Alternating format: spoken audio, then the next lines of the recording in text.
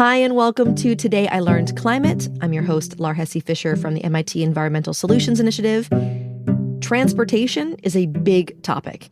It can include cars, trains, buses, planes, ships that cross the ocean, and trucks that cross the country. We have an episode on planes that we did in our first season, if you're interested in that topic. Today, we're going to narrow in on how people get around their cities and towns every day. Around 10% of the world's CO2 emissions come from vehicles that carry people: cars, pickup trucks, motorcycles, buses, and taxis. My name is Joanna Moody, and I am a consultant with the World Bank's Transport Global Knowledge Unit. And I worked with MIT Energy Initiative for their Mobility Systems Center research, connecting transportation with energy consumption and climate change. People don't usually travel for the sake of traveling. They travel because they are trying to get to a specific destination. They're heading to a job. They're getting healthcare or goods for their household. And so how do we get everyone where they need to go in as sustainable and low carbon a way as we can? That's our big question for today. So let's jump in. First, how we tackle this problem differs significantly depending on where we're tackling it. Over the past decade, what we've seen is that transportation has only continued to increase in emissions. In the US, in recent years, the transport sector overtook the energy sector as the highest emitting sector of the economy.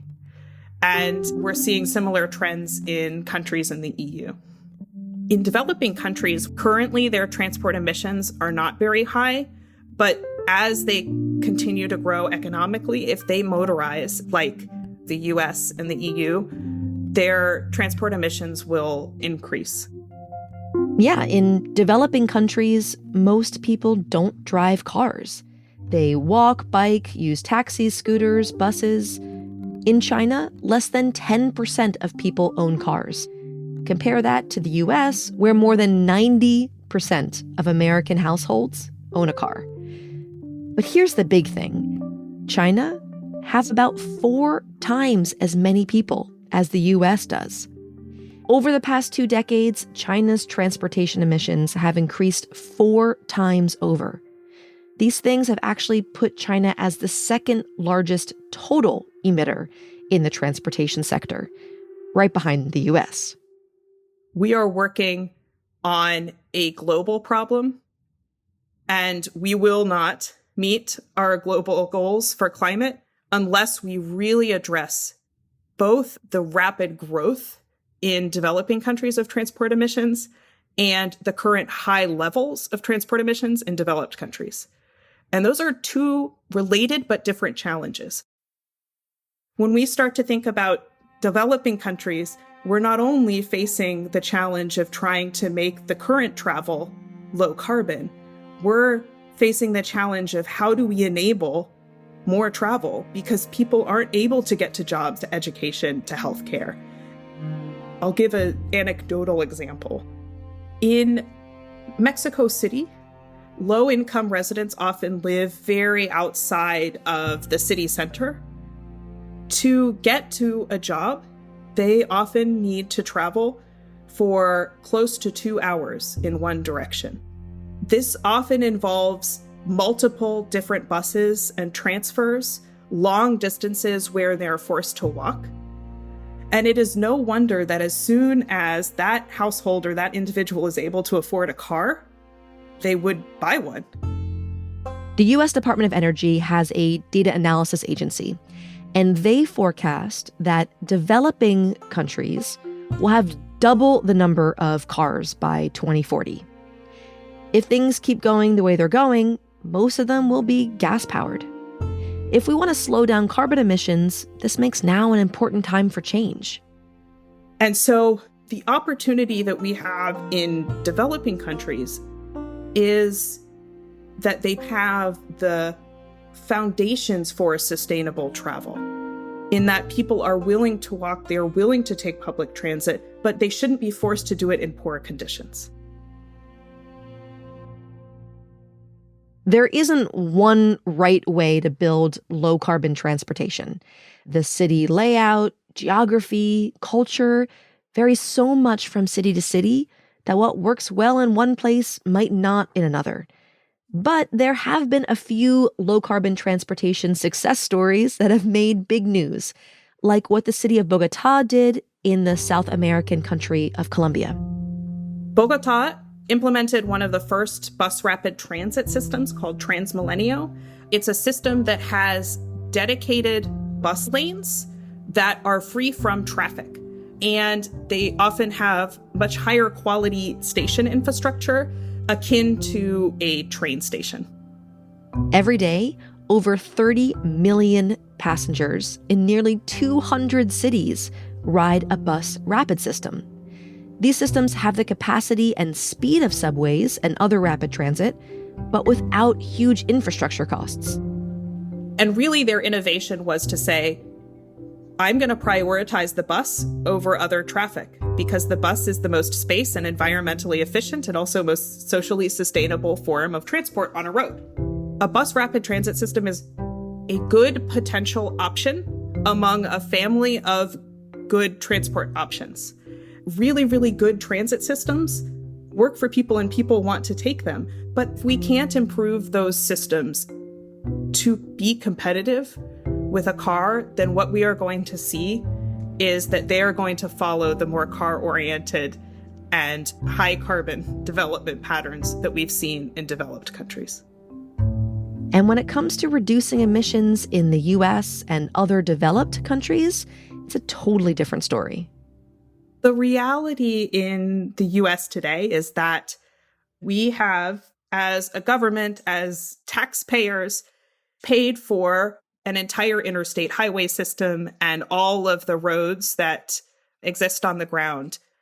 Over 90% of households own a car. And that is the primary mode of transportation for most Americans. The real low-hanging fruit is electric vehicles. We can use green electricity to power the cars without hugely significant changes to the lifestyles that we already have. Moving to electric vehicles in the US will solve a significant portion of emissions. Now, I wasn't expecting Dr. Moody to share this. When I think about cars and climate change, there's such a narrative around getting out of cars, biking, walking, taking public transit. There's a lot of talk about nudging people to take different travel modes, providing different pricing incentives. The real answer here is that those do help people who maybe are close to taking the transit or walking and biking, but they don't really impact the broader choice set. That doesn't mean that we shouldn't also embrace and continue to invest in alternatives to the car where they make sense. What really impacts travel behavior is the quality of options. If I have a bus line that runs every 50 minutes or an hour, that's really not a particularly meaningful service for me. Now, if that bus were every 10 minutes, my choice becomes very, very different. Public transportation, trains, buses, that sort of thing, reduces greenhouse gas emissions both by taking people out of cars and by encouraging developers to locate workplaces and shopping areas near where people live. The difference is measurable. In fact, the National Academies of Sciences measured it. In 2018, for just the United States, public transportation helped avoid over 100 billion miles of car traffic. That's the equivalent of shutting down 16 coal power plants for a year, even when accounting for the CO2 emitted by the trains and buses. I think the internationally recognized stories of really what is a success is going to be in London, in the UK, where the mayor made a decision to impose a congestion price in the center of the city, where you had to pay additional money to drive your car. The way that London implemented this was to say the money that we collect from that congestion price is invested directly into the public transit services that are going to serve that zone. It wasn't just about we're going to make it more expensive to use a car, but it was also we're going to make it more attractive to use the alternative. And something close to my heart is that they also recognize the importance of their double-decker bus. They connected and they created a social norm around taking public transit that was part of the identity of being a Londoner. And it has helped London to continue to invest in their transport system, for example, launching one of the largest new urban rail underground investments in the world, which is Crossrail, their new line. Now, large-scale projects like this take time, often a decade, if not more. And the global climate goal is to cut carbon emissions in half by 2030, and 20 years later, to add no more carbon emissions than the planet can absorb. Transport infrastructure is long-lived. The types of mobility systems that we invest in, the types of cities that we develop, they are going to determine what those transportation emissions look like for the next 15 years. In cities, the most valuable thing is public space. And roads take up a very large amount of our public space in cities. It's also where most municipal governments have some control. You take one lane and you say, instead of this being a lane for cars, this is going to be a lane only for buses. What you've just done is improved the quality of the bus service significantly.